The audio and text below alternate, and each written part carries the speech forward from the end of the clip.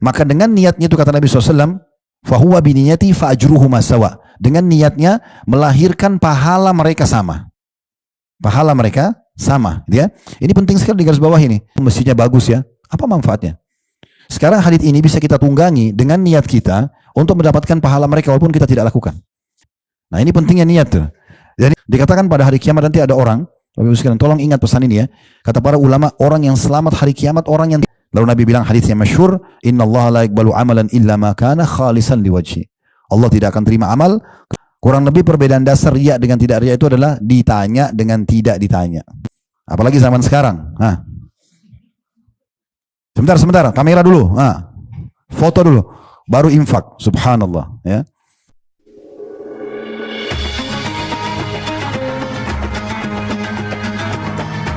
Yang subscribe, semoga hidup kaya raya, mati masuk surga. Yuk jadi bagian dari dakwah kami. Dukung operasional dakwah dan sosial kami, raih pahala amal jariah yang terus mengalir sampai hari kiamat. Kita akan taklim dengan judul luruskan dan kokohkan niatmu. Niat ini dalam Islam adalah asas ibadah. Beranjak daripada hadis Nabi SAW, hadis yang masyhur diriwayatkan oleh Umar radhiyallahu anhu, innamal a'malu binniyat wa innamal likulli imri'in ma nawa. Sesungguhnya semua amal itu harus diikuti dengan niat dan seseorang akan dibalas sesuai dengan niatnya. Jadi kalau ada orang ibadah tidak niat di dalam hatinya maka tidak diterima.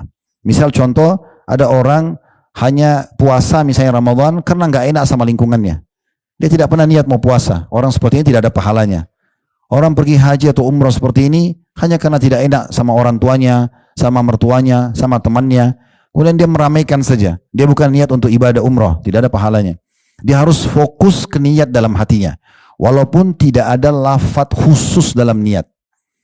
Terlintas saja. Contoh misalnya tadi Bapak Ibu sholat asar. Begitu imam Allahu Akbar, kita juga Allahu Akbar saja di belakang imam.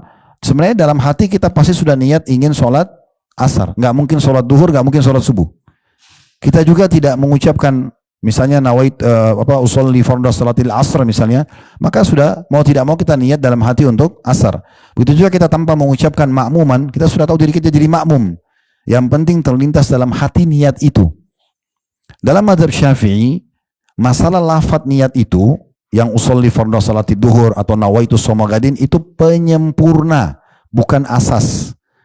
Kalau Imam Malik, Imam Ahmad, Imam Abu Hanifah, tiga imam ini sepakat niat hanya dalam hati, tidak ada lafaz. Tapi dalam mazhab Syafi'i ada lafaz, tapi lafaz ini bukan asas, tetapi dia adalah penyempurna dari niat dalam hati.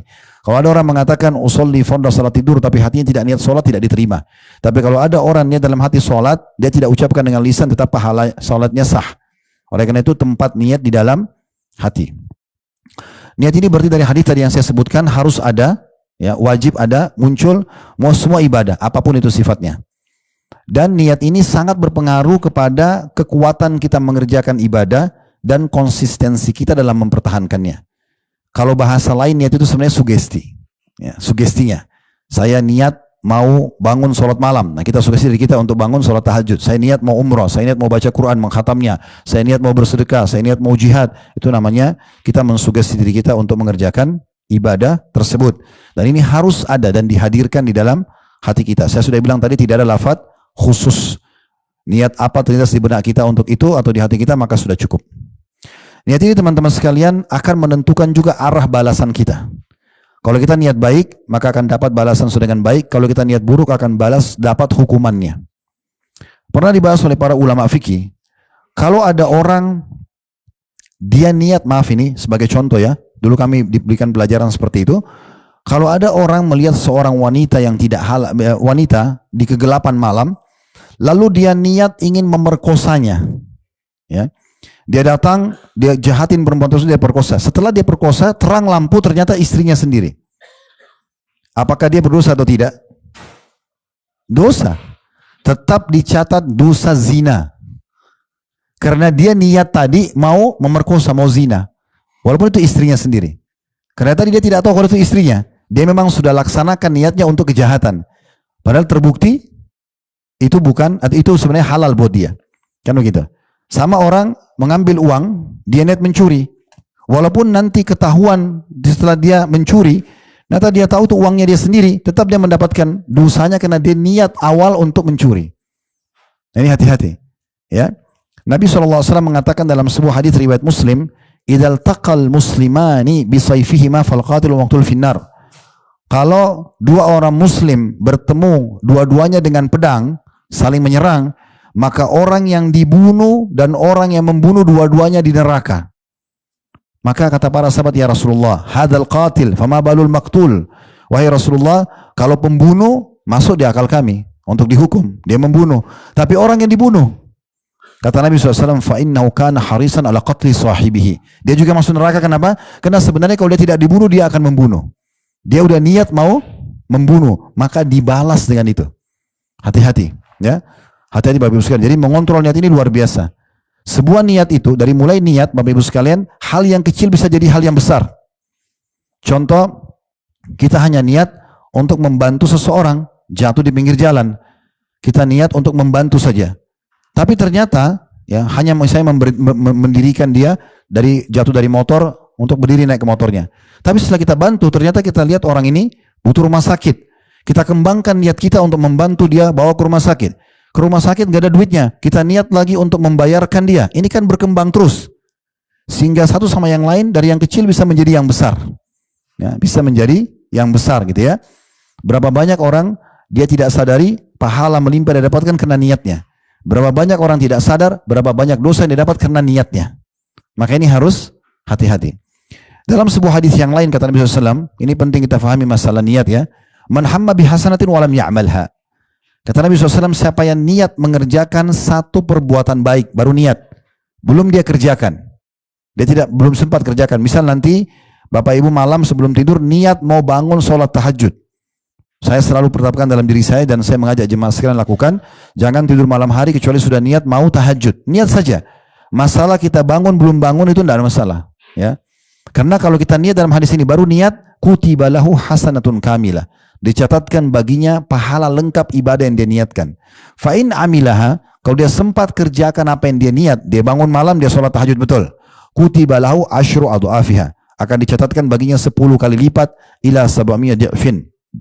Bahkan sampai 700 kali lipat. Ini pentingnya niat. Jadi niat. Makanya para ulama salaf mengatakan, kami berharap atau saya berharap punya niat di semua ibadah. Bapak Ibu sekalian, ini sering saya berbagi di kajian kami di Jakarta. Niat ini bisa membuat kita meraih banyak sekali pahala walaupun kita tidak sempat mengerjakannya. Sebagai contoh, hadis Nabi SAW, manusia itu 4 golongan. Yang pertama, yang paling baik sekali adalah yang Allah berikan ilmu dan harta. Udah pinter, kaya. Dan dia menghabiskan keduanya di jalan Allah. Ini manusia terbaik. Kata Nabi SAW, bi afdhalil manazil. Orang yang kedua adalah, maksudnya yang pertama ini dia ajarkan ilmunya, dia juga infakkan hartanya. Datang golongan kedua, Allah kasih ilmu tapi nggak punya harta. Dia tahu bangun masjid itu pahalanya besar, dia tahu sedekah itu pahalanya besar, dia tahu infak jihad itu adalah besar, tapi dia nggak punya uang. Teori dia tahu. Lalu kata Nabi SAW, orang kedua ini berkata, ya Allah, dilihat golongan pertama tadi yang dikasih ilmu dan harta, kalau engkau berikan aku seperti dia, aku akan lakukan hal yang sama. Maka dengan niatnya itu kata Nabi SAW, fahuwa biniyati fa'ajruhu masawa. Dengan niatnya melahirkan pahala mereka sama. Pahala mereka sama. Ya. Ini penting sekali di garis bawah ini. Dari sini hadits ini Bapak Ibu sekalian, saya sarankan, ya himbaukan, Bapak Ibu sekalian jangan pernah lewat satu kebaikan di depan mata kita atau terdengar oleh kuping kita, terlintas di benak kita kecuali kita niatkan melakukan hal yang sama. Sebagai contoh, Bapak Ibu pernah bayangkan nggak berapa banyak pahala yang didapatkan oleh pemerintah Saudi dalam membangun Masjid Nabawi ini? Sekian juta orang sholat, tidak pernah kosong masjid ini, selalu penuh. Masjid Haram Mekah nanti 24 jam. Kalau di Masjid Nabawi ini ada waktu tertentu, pintu tertentu ditutup di jam-jam tertentu ya. Masjid Haram semuanya dibuka 24 jam. Tawaf, sa'i, orang berdoa, berzikir, baca Quran. Pertanyaan sederhana, berapa banyak pahala yang didapatkan oleh pemerintah Saudi karena mereka menjaga keamanannya, membersihkan masjid, maintenance dan segala macam gitu ya. Tapi pertanyaannya gini Bapak Ibu, apakah kita hanya berkata, oh kerajaan Saudi dapat pahala banyak ya, oh masjidnya bagus ya, apa manfaatnya? Sekarang hadits ini bisa kita tunggangi dengan niat kita untuk mendapatkan pahala mereka walaupun kita tidak lakukan. Kita mengatakan misalnya antara kita sama Allah, ya Allah, sebagaimana engkau memberikan peluang pemimpin yang memimpin negara Saudi ini untuk mengurus sebuah masjid yang mulia dan mereka meraih pahala seluruh orang yang ibadah, maka kalau engkau memberikan aku kemampuan seperti mereka, aku akan lakukan hal yang sama. Nah, ini disebutkan dalam hadis tadi. Maka bisa saja pahala kita sama mereka sama. Bisa ditangkap gak pesannya? Nah, ini pentingnya niat tuh. Dan ini bukan cuma Masjid Haram, Masjid Nabawi. Lewat di Jakarta Masjid Istiqlal, lewat di kota Anda masjid apa, ya.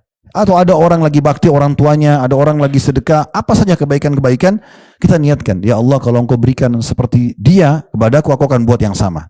Nah, ini hadis yang mengatakan maka mereka sama pahalanya. Lanjutan hadisnya. Kata Nabi SAW, wa man hamma bi sayyi'atin wa lam ya'malha. Siapa yang niat melakukan perbuatan buruk atau dosa, lalu dia batalkan, dia nggak jadi lakukan. Misalnya ada orang naudzubillah niat berzina, niat menipu, niat membunuh, tapi dia batalkan karena Allah. Batalnya ini bukan kebetulan karena mendung, karena mobilnya rusak, enggak. Memang dia niat batalin karena Allah. Maka dikatakan Nabi SAW, kutiba lahu hasanatun kamilah. Dicatatkan baginya satu pahala lengkap karena membatalkan niat buruknya. Fa'in amilaha, kalau dia kerjakan dosa itu, kutiba lahu sayyi'atun wahidah. Dicatatkan baginya satu dosa saja. Ini kemahaluasan rahmat Allah Subhanahu wa taala, karena kalau kita niat kebaikan dicatat pahala lengkap, kalau kita kerjakan dilipat gandakan 10 sampai 700 kali lipat. Kalau kita niat buruk kita batalin dapat pahala. Kalau kita kerjakan dicatat satu dosa saja. Ini menandakan luasnya rahmat Allah Subhanahu wa taala. Dan hadis tadi yang kedua yang saya bacakan, manusia 4 golongan. Yang pertama diberikan ilmu dan harta dan dihabiskan kedua jalan Allah. Yang kedua bisa mengejar pahala golongan pertama padahal dia cuma dikasih ilmu dan dia tidak memiliki harta, tapi dia berkata antara dia sama Tuhannya, ya Allah, sebagaimana engkau berikan fulan atau kalau engkau berikan aku seperti fulan golongan pertama, aku akan buat yang sama. Nah, lanjutannya dua golongan yang tersisa kata Nabi SAW. Dan golongan ketiga adalah orang yang buruk sekali kedudukannya, orang yang Allah kasih harta tanpa ilmu. Dia nggak mau tahu sumbernya halal atau haram, yang penting dia dapat income, lalu dia habiskan di jalan maksiat, judi, diskotik, macam-macam lah, zina dan segala macam. Ini orang yang buruk, dosa. Golongan keempat lebih buruk lagi, tidak dikasih ilmu, nggak dikasih harta, sudah bodoh miskin. Tapi dia niat dalam hatinya, kata Nabi SAW, dia lihat golongan ketiga, yang kaya tapi habis dalam maksiat. Dia mengatakan kalau saya punya sama, saya akan buat yang sama. Maka kata Nabi SAW, fahuwa biniyati fawizruhu masawa. Dengan niatnya dosanya sama. Coba.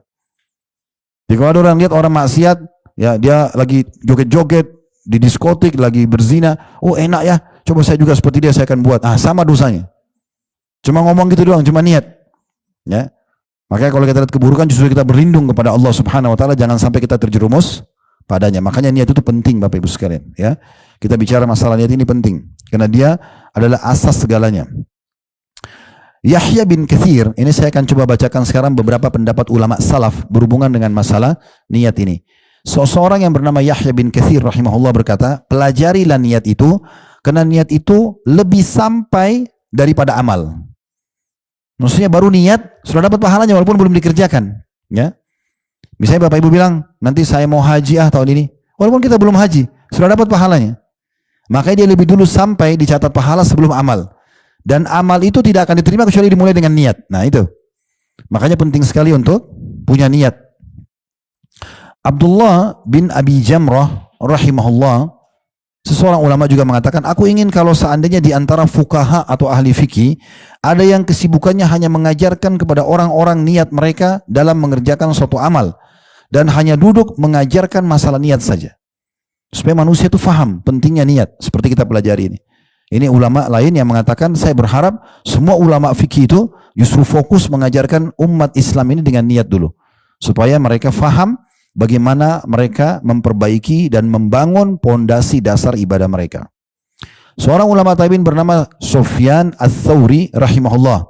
Beliau berkata, dahulu orang-orang mempelajari niat sebagaimana kalian mempelajari amal.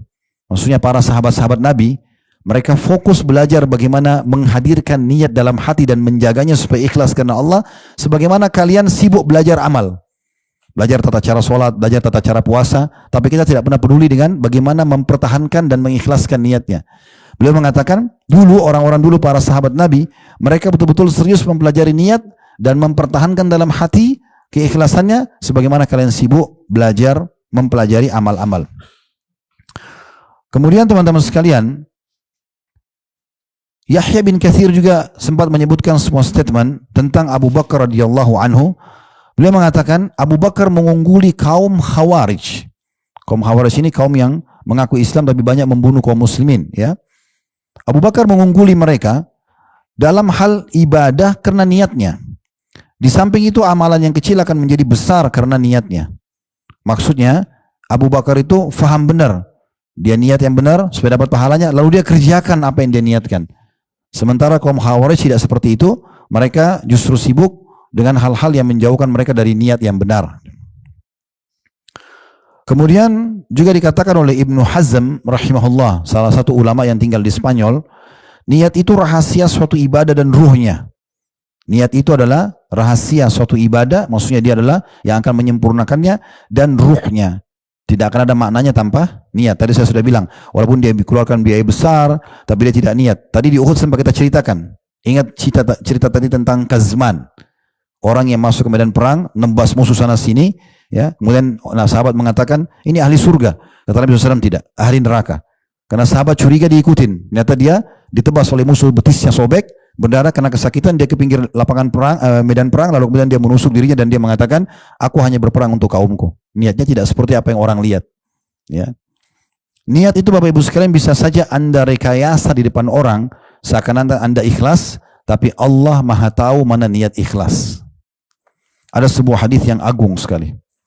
Saya setiap kali ulangi hadis ini teman-teman sekalian, saya sendiri gemetar gitu ya. Karena hadis ini hadis sahih, dan hadis ini betul-betul menyebutkan tentang bahayanya orang tergelincir dalam niat yang salah. Kata Nabi SAW, orang yang pertama sekali dimasukkan ke dalam neraka pada hari kiamat adalah 3 orang. Yang pertama adalah seorang mujahid, orang yang dianggap mati syahid, gitu ya. Didatangkan pada hari kiamat, kemudian Allah Subhanahu wa taala berkata kepadanya, ya, diperlihatkan nikmat-nikmatnya Allah, lalu Allah mengatakan, dilihatkan pada saat dia perang, muncul keberanian, keterampilan perang, membunuh musuh segala macam. Lalu Allah bertanya kepada orang tersebut di depan seluruh makhluk, apa yang kau lakukan dengan keterampilan dan kelebihan yang aku berikan itu? Punya keberanian, punya keterampilan perang, membunuh musuh dan segala macam. Dia bilang, ya Allah, aku gunakan untuk berperang di jalanmu. Tidak ada satupun peluang dan kesempatan perang kecuali aku berperang di jalanmu. Dan itu karenamu. Apa kata Allah SWT? Rupanya di dunia orang tahu dia pejuang, dia kesatria, dia mujahid, dia mati syahid, terkenal lah begitu, ya. Tapi di depan Allah tidak bisa. Bapak Ibu mau sehebat apapun merekayasanya, di depan Allah tidak bisa. Kata Allah SWT, kau telah berdusta. Kau berperang untuk dikatakan seorang kesatria. Dan sudah diucapkan. Apa yang kamu ingin itu sudah diucapkan. Orang bilang kesatria, jagoan, pahlawan, orang sebut semuanya. Maka, dan kau sudah dapatkan itu. Yang kau inginkan sudah dapatkan. Maka Allah pun memerintahkan para malaikat untuk menyeretnya dan dilempar ke api neraka. Ini orang yang mati syahid. Gak main-main ini ya, masuk medan perang, dibunuh oleh musuh itu gak gampang. Tapi ini orang pertama yang masuk neraka. Orang yang kedua adalah seorang alim. Allah berikan dia ilmu yang luas, sibuk mengajar sana sini. Dalam riwayat lain Allah berikan Al-Quran. Ya. Kemudian Allah datangkan hari kiamat, dilihatkan nikmat-nikmat itu. Bagaimana dia pertama belajar, bagaimana dia menulis, menyusun buku, sampai akhirnya menjadi pengajar yang terkenal. Ya, kemudian setelah itu Allah menanyakan kepada dia, apa yang kau lakukan dengan ilmu-ilmu dan kelebihan aku kasih? Dia bilang, ya Allah, tidak ada satupun peluang untuk ya membaca Al-Quran ataupun mengajar agama ini kecuali aku selalu ada di situ. Karenamu, kata Allah SWT, kau telah dusta. Kau belajar agar dikatakan alim. Oh, ini seorang ulama nih, dipuji-puji. Atau supaya kamu dikatakan qari, ahli baca Quran. Oh, ini hafid, nah, gitu ya, dipuji-puji. Waqad qil, dan sudah diucapkan itu. Apa yang kau jadikan target dipuji sudah. Maka diperintahkan oleh Allah untuk dilemparkan ke dalam api neraka. Alim, seorang alim sibuk ngajar selama hidup untuk memberikan nasihat orang lain, tapi dilempar di api neraka. Hanya karena niatnya tergelincir. Tadinya untuk Allah digelincirkan sedikit aja, untuk pujian manusia, untuk urusan dunia dan segala macam. Golongan yang ketiga adalah orang yang Allah kasih harta melimpah. Lalu Allah datangkan dan Allah melihatkan itu. Bagaimana pertama dia belajar, dia punya ide, bangun perusahaan, akhirnya punya banyak income, pokoknya jadi kaya raya. Dan orangnya suka berinfak. Lalu Allah datangkan, Allah mengatakan, apa yang kau lakukan dengan harta dan keterampilan yang aku berikan? Kata dia, ya Allah, tidak ada satupun jalan yang engkau ridhoi untuk disedekain kecuali aku sedekah. Itu karena engkau, kata Allah SWT, kadzabta, kau telah dusta. Kau bersedekah agar dikatakan dermawan, dan itu sudah diucapkan. Kau sudah dapat itu, puji-puji orang semua, kau sudah kenyang dengan itu, ya. Maka diperintahkan untuk dilemparkan ke dalam api neraka. Nih bayangkan Bapak Ibu, ini hadis sahih, ya, menjelaskan tentang masalah 3 golongan yang paling pertama dilemparkan nanti di neraka hari kiamat. Makanya para ulama salaf mengatakan hal yang paling berat yang harus selalu aku kontrol adalah niatku. Kita bisa ikhlas nih sekarang, syaitan masih bisa grogoti setelah selesai ibadah pun untuk tidak ikhlas. Contoh misalnya kita sudah pernah haji 10 tahun yang lalu. Ikhlas karena Allah, ikhlas karena Allah. Setelah 10 tahun berlalu, ada tetangga datang pulang haji tiba-tiba cerita di depan kita. Oh, saya kemarin waktu tawaf itu tiba-tiba tersentuh jadi saya menangis.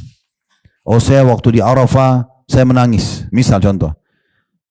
Tujuannya entahlah untuk dipuji atau apa. Lalu syaitan bisikin kita sambil mengatakan, kamu kan juga 10 tahun lalu pernah menangis, cerita aja, berbagi. Lalu kita terbawa arus, oh iya cerita, bisa saja pahalanya hilang. Sudah 10 tahun. Oleh karena itu, saran para ulama, kalau sudah dikerjakan, lupakan saja. Gak usah dikenang-kenang. Bermula dari cerita lisan. Gak usah cerita-cerita, gak usah. Itu masjidnya itu tahu gak? Ah, saya yang beriin keramiknya. Gak ada yang nanya. Ada orang begitu subhanallah. Ada orang pernah menyumbang banyak di pesantren, ketemu banyak orang tidak kenal, tapi tiba tahu nggak yayasan sana itu saya yang nyumbang tuh. Ini saya yang nyumbang. Oh itu anak yatim, saya sudah 10 tahun nyumbang di situ. Untuk apa diceritakan? Manfaatnya apa? Bapak Ibu sekalian, pujian orang sepanjang lidahnya. Apa yang kita dapat? Kenyang apa? Sekarang anggap Anda dipuji. Oh Bapak Ibu ini dermawan sekali. Oh ahli ibadah, selalu sholat tahajud. Oh bolak-balik haji. Apa yang didapat? Badannya tambah gemuk. Hah? Tambah ganteng sama cantik. Ya ada yang didapat, angin lalu, gitu kan? Jadi untuk apa kita masuk ke ranah itu? Nggak perlu. Ustadz tadi bilang lupakan, ya. Terus bagaimana caranya kita tahu amal itu? Malaikat sudah catat. Allah kasih malaikat bodyguard mencatat semuanya. Allah bilang ma yalfidu min qaulin illa ladaihi raqibun atid. Tidak ada satu kata kecuali akan dicatat. Orang-orang kafir di hari kiamat akan berkata, Allah gambarkan dalam Al-Quran, mali hadal kitab, la yughadiru saghiratan wala kabiratan illa ahsaha. Buku apa ini yang kami terima? Buku amal yang tidak membedakan mana yang kecil dan mana yang besar. Semuanya tercatat. Kedipan mata kita pertama pada saat lahir, tarikan nafas pertama, gerakan tangan dan kaki pertama, sampai kita mau wafat semua tercatat. Detail. Kalau Bapak Ibu sekarang bisa simpan video, punya kenangan di memori handphone ya, 10 tahun lagi kita nggak tahu seperti apa canggihnya. Sekarang ada AI, nanti apalagi muncul itu yang lebih canggih lagi. Intinya, sebenarnya itu jadi pelajaran buat kita. Kalau kita bisa buat cuplikan, misalnya kita umroh sekarang buat kenangan sepanjang jalan, itu kan kita simpan di memori handphone, bisa kita lihat setiap saat kan. Kalau kita yakin itu bisa, bagaimana kita nggak yakin nanti buku amal kita akan diperlihatkan? Lebih nyata daripada itu, lebih besar daripada itu. Dan Allah datangkan semua hal jadi saksi. Dikatakan pada hari kiamat nanti ada orang, Bapak Ibu sekalian, tolong ingat pesan ini ya. Kata para ulama, orang yang selamat hari kiamat, orang yang tidak membantah Allah. Kalau kita kerjakan satu perbuatan, Allah mengatakan, kau telah buat ini dan itu. Iya. Kita nggak bisa bohong depan Allah, mustahil. Tapi ada orang, kata Nabi SAW, contoh, ada orang membantah. Tidak binasa kecuali pembantah. Karena takut masuk neraka, enggak saya nggak buat, enggak saya nggak buat. Sampai kata Nabi SAW didatangkan saksi dari malaikat pun dia belum percaya. Lalu Allah tanya, siapa yang kau percaya? Dia bilang, diriku sendiri. Lalu Allah kunci mulutnya, Allah buat anggota tubuhnya bicara. Matanya menceritakan histori apa yang dilihat. Telinganya berbicara tentang histori apa yang didengar. Tangan, kaki, kemaluan, semua membongkar. Setelah itu Allah buka mulutnya. Dalam Al-Quran digambarkan. Begitu dibuka mulutnya, dia bicara sama badannya sendiri. Lima syahidtum alaina. Kenapa kalian jadi saksi buat badan sendiri? Anggota tubuhnya bicara. Antaqanallahu alladhi antaka kulla syai'. Yang buat kami bicara adalah Allah yang bisa buat segala satunya bisa berbicara. Nggak bisa pada hari kiamat. Nggak bisa lari dari kenyataan gitu ya. Oleh karena itu orang yang selamat, orang yang masih bisa dimaafkan oleh Allah, orang yang tidak membangkang. Tentu yang paling aman adalah kita sudah membersihkan dosa-dosa kita sebelum menuju ke hari kiamat. Jadi penting mengontrol niat Bapak Ibu sekalian agar jangan sampai teralihkan ya, atau kita menjadi riya ya. Ini orang-orang yang masih suka riya ini sebenarnya sayang banget buang-buang waktu ya. Ada orang semalam suntuk dia sholat tahajud nih. Udah sholat tahajud, udah khusyuk, udah baca segala macam. Besok pagi masuk kantor, lalu setan bisikin, wah semalam itu sholatmu bagus banget itu. Ceritain aja sama teman-teman supaya mereka motivasi. Akhirnya cerita sama dia, semalam itu saya sholat tahajud baca surah Al-Baqarah, khusyuk banget. Nah, Jadi riak. Saran saya orang begini gak usah tunggu sampai pagi. Anda target siapa, datangi rumahnya jam 2 malam, ketuk bel. Liatin saya mau sholat. Itu selesai. Nunggu besok untuk apa? Itu kan sayang banget ya. Jadi usahakan Bapak Ibu sekalian selalu dikontrol niat tersebut. Dan jangan sampai kita alihkan ke hal yang lain. Ini penting untuk digaris bawahi ya. Kemudian teman-teman sekalian, dalam mengatur niat ini, tentunya dibutuhkan untuk menghadirkan hati sepenuhnya untuk Allah Subhanahu wa taala dan tidak bisa setengah-setengah. Dalam sebuah hadis yang sahih disungkil oleh Al-Mundhiri dalam kitab Jihad dan disahihkan oleh Syekh Albani, ada seorang sahabat bertanya begini, "Ya Rasulullah, saya berjihad karena Allah. Namun saya ikutkan dengan niat dalam hati untuk popularitas." Sedikit aja, cuma mau dibilang pahlawan, jagoan, satria. Dapat pahala nggak? Kata Nabi SAW, tidak. Sedikit aja, niatnya karena Allah. Terus kemudian orang itu ulangi lagi, "Ya Rasulullah, saya niat jihad karena Allah, berperang, keluar, meninggalkan keluarga. Tapi sedikit niat ada terlintas, saya mau popularitas. Dapat pahala jihad nggak?" Enggak. 3 kali ditanya, 3 kali Nabi bilang tidak. Gitu kan? Lalu Nabi bilang hadisnya masyhur, "Innallaha la yaqbalu amalan illa ma kana khalisan liwajhi." Allah tidak akan terima amal kecuali yang ikhlas karena Allah, ya. Dan tentunya apapun teman-teman sekalian yang kita lintaskan, ya, kita lintaskan tidak ingin atau tidak diniatkan karena Allah atau sedikit bercampur baur, maka akan sia-sia. Itu yang disebutkan oleh seorang ulama namanya Al-Mundhir. Al-Mundhir menukir riwayat tentang Ar-Rabi' bin Husaim rahimahullah, seorang ulama tabi'in. Beliau mengatakan segala sesuatu yang tidak diniatkan mencari keridhaan Allah Azza wa Jalla maka akan sia-sia. Tidak ada gunanya sama sekali, ya. Jadi kita harus belajar teman-teman untuk meninggalkan semua pujian manusia. Amal-amal kita harus tinggalkan untuk disampaikan, kecuali dalam keadaan dilihat orang dan ditanya. Nah, itu lain, ya. Kurang lebih perbedaan dasar riya dengan tidak riya itu adalah ditanya dengan tidak ditanya. Kalau kita lagi mau ke masjid, Bapak Ibu kemarin mau umroh, ada yang nanya, "Mau kemana? Ambil cuti di kantor." "Oh, saya mau umroh." Kan ditanya. Kita mau ke masjid, ada yang tanya tetangga, "Pak, mau kemana?" Ini kalau saya jawab, saya riya nih. Enggak, jangan gitu. Ya, saya mau ke masjid, karena ditanya gitu ya. Karena kalau kita nggak jawab, orang kira kita sombong nanti. Kalau ditanya, kalau orang riya nggak ditanya. Hari Senin datang ke kantor, tanya teman-temannya, "Kamu puasa? Kamu puasa?" "Saya puasa." Nggak ada yang nanya, gitu kan? Untuk apa, gitu kan? Makin tidak ditahu, makin bagus, gitu kan? Makanya Nabi SAW mengatakan dalam sebuah hadits, Innallaha yuhibbu at-taqiyul ghaniyul khafi. Allah itu sangat cinta dengan orang yang suka bertakwa, patuh sama Allah, kaya, menginfakkan hartanya di jalan Allah dan halal, serta khafi, suka merahasiakan amalnya. Rahasiakan aja. Udah lupain, ada malaikat yang catat. Udah selesai, itu urusan yang kemarin-kemarin. Gitu kan? Nggak usah diingat-ingat, karena mengingat ini adalah bagian daripada syaitan. Dia mau kita kenang, supaya kita nanti satu waktu bisa cerita tentang amal tersebut. Ya, beda kalau harta Bapak Ibu, ingat saja. Berapa dari rekeningnya, investasi di mana silakan. Urusan akhirat ini ibadah, jangan ingat-ingat, nggak usah. Gitu kan? Udah selesai, "Pak, Ibu sudah berapa kali umroh?" "Wah, saya nggak ingat." Begitu. "Oh, kayaknya sih saya sudah 101 kali gitu. Ada orang bahkan tidak ditanya itu ya. "Udah berapa kali umroh?" "Saya udah 30 kali loh ini." Nah, itu kan untuk apa gitu ya. Jadi harus hati-hati, walaupun dianggap sederhana, tapi jangan Bapak Ibu sekalian ya. Jangan, karena ini berbahaya sekali. Jadi hindari menyebut-nyebut amal tersebut. Sebagian ulama salaf, ini kisah nyata mereka ya. Ada di antara mereka Bapak Ibu sekalian berpuasa Senin Kamis 20 tahun, istrinya nggak tahu. Begitu ceritanya. Bagaimana ceritanya? Rupanya dia sebelum menikah, dia udah biasa puasa Senin Kamis. Setelah nikah dia nggak bilang sama istrinya. Sengaja dia nggak mau bilang. Ini ijtihad dari orang ini ya. Bapak Ibu, bapak-bapak sini nggak apa-apa ceritain. Kalau memang merasa bisa ngontrol. Tapi maksudnya di sini karena istri itu bagian daripada hidup kita gitu kan. Tetapi orang ini saking tidak maunya mengganggu niatnya, dia nggak mau cerita sama istrinya kalau dia puasa Senin Kamis. Dia punya satu toko di Irak waktu itu di masa tabi'in. Jadi kalau hari Senin atau hari Kamis istrinya buatin masakan, dia terima sama dia. Dia bilang bungkusin, saya bawa ke toko aja. Dia bawa ke toko. Dia nggak makan. Istrinya juga kira dia nggak puasa. Nanti menjelang maghrib pada saat mau tutup toko dibagi kepada fakir miskin. 20 tahun dia puasa, istrinya nggak tahu. Begitu mereka menjaga keikhlasannya, gitu kan? Karena istri nggak pernah tanya puasa nggak pernah nanya. Tadi kan saya bilang kalau orang nanya beda. Ini saya nggak pernah tanya. Tiba-tiba saya beli makan. Ya sudah diambil aja sama dia. Dia cuma bilang bungkusin, saya mau bawa aja. Nah, seperti itu. Ada salah satu tabi'in tinggal di kota Madinah ini. Unik sekali Bapak Ibu sekalian.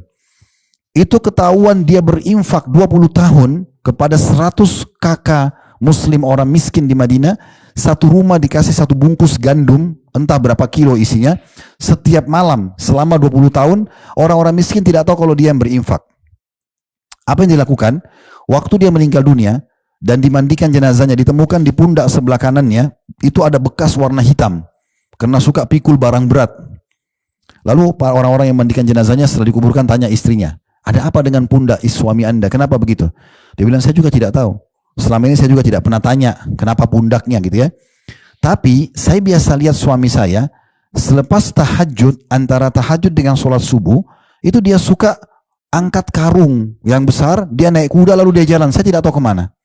Karena suami saya nggak cerita, saya juga nggak nanya, gitu kan? Tapi mungkin itu karena beban karung itu. Lalu mulailah orang banyak berinisiatif mendengar cerita itu. Dia bawa kemana? Dia infak kemana? Itu hari pertama dia meninggal.